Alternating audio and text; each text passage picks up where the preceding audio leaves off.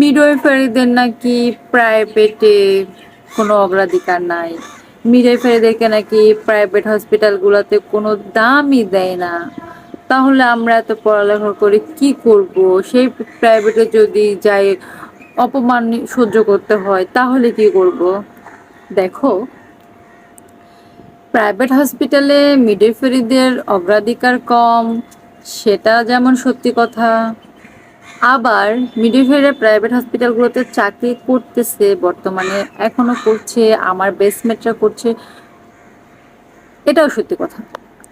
তো আবার প্রাইভেট হসপিটালে মিডওয়াইফারি দরকারও হয় না।